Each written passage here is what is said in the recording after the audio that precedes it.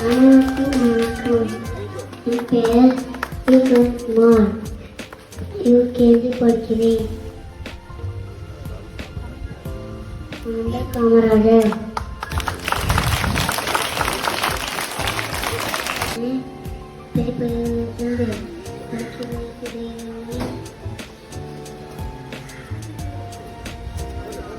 புதிமூல தந்தை தந்து பழுப்பை நிறுத்திவிட்டு வேலைக்கு சென்றார். தீண்டாமை ஒழிப்பு, கல்விக்கடை மறியல், ஒத்துமையாமை இயக்கம் போன்ற பல போராட்டங்களில் கலந்து கொண்டார். தமிழக காங்கிரஸ் கட்சியில் தலைவராக இருந்த காமராஜர் 1954ஆம் ஆண்டு தமிழக முதலமைச்சராக பொறுப்பேற்றார். 9 ஆண்டுகள் தமிழக முதலமைச்சராக ஆட்சி செய்தார். அந்த 9 ஆண்டுகளால் தமிழ்நாடு இன்றைய வளர்ச்சிக்கு காரணமாகும். கல்வி, தொழில் என தமிழ்நாடு இந்தியாவில் மிக முக்கிய மாநிலமாக உருவானது அந்த ஆண்டில்தான். கண்ணுடையார் என்பார் கற்றோர், 32 புண்ணுடையார் கல்லாதவர் என்ற திருக்குறளுக்கு ஒப்ப ஏழை மாணவர்களுக்கு இலவச கல்வி திட்டமும் இலவச சீருடையும் இலவச பாடப்புத்தகமும் வழங்கினார். 100க்கும் மேற்பட்ட தொழிற்சாலைகளும் திறந்து வைத்தார். 450 நூலகமும் திறந்து வைத்தார். 18,000 பள்ளிகளும் திறந்து வைத்தார். அது போதும் பெண்களுக்கு படிப்பதற்கு என்ற பழமொழியை மாற்றி பெண்கள் கல்வி கற்க பாடுபட்டார். மந்திரி நாளத்து வாழ்வோர்க்கெல்லாம் உண்டி கொடுத்தோர் உயிர் கொடுத்தோர் என்ற வரிகளுக்கு ஏற்ப ஏழை மாணவர்களுக்கு இலவச மதிய உணவு திட்டமும் வழங்கினார். வழங்கி உயிருடன் அறிவையும் ஊட்டினார்.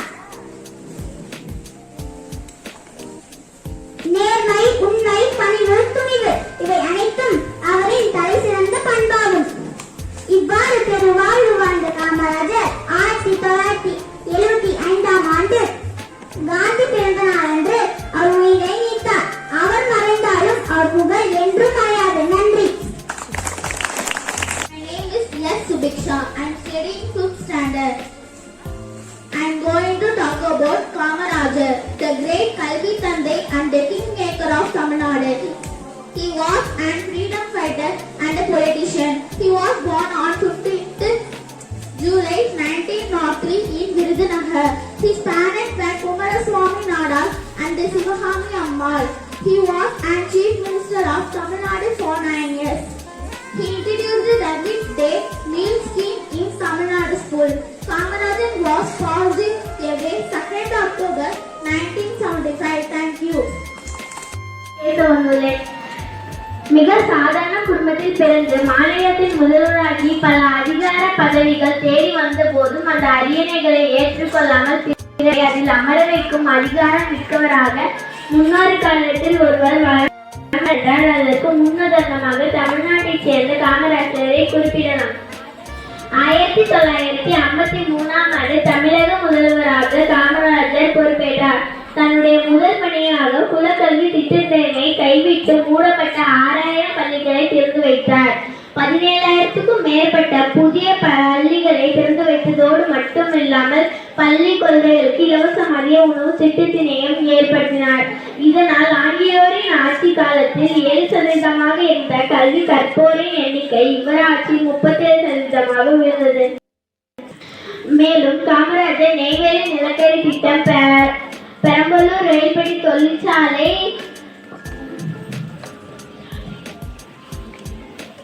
கல்பாக்கம் அண்மை நிலையம் போன்ற திட்டங்களை ஏற்படுத்தினார். மேலும் மேட்டூர் கால்வாய் திட்டம், பவானி திட்டம் போன்ற திட்டங்களை ஏற்படுத்தி நீர்ப்பாசனத்தை மேம்படுத்தினார்.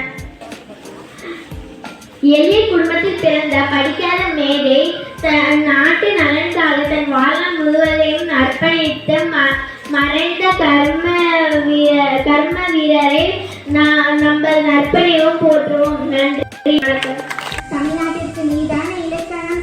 ஜூன் 15 உன் பிறந்த நாள். எங்கள் வாழ்விற்கு ஒளி ஏற்றிய நாள். சட்டங்கள் கற்றதில்லை, பட்டங்கள் பெற்றதில்லை, திட்டங்கள் பல கோடி தந்தித்த அறிவு பெற்றகமே, மீண்டும் ஒரு முறை பிறப்பாயா என்று வேண்டிக் கொள்கிறோம். நன்றி.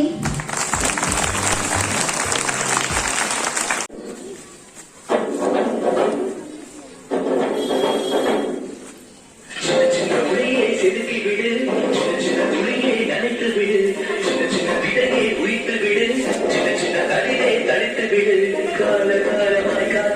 கிடக்கும் காலதாமதம் முடியாதாகும் காற்று செய்குமை புற்று கிடக்கும் மொழியாய் தனியாய் மலராய் வழியாய் கால காலமாகும் சின்ன சின்ன துளியை செதுக்கி விடு சின்ன சின்ன துளியை நனைத்து விடு சின்ன சின்ன விதையை உயிர்த்து விடு சின்ன சின்ன வழியே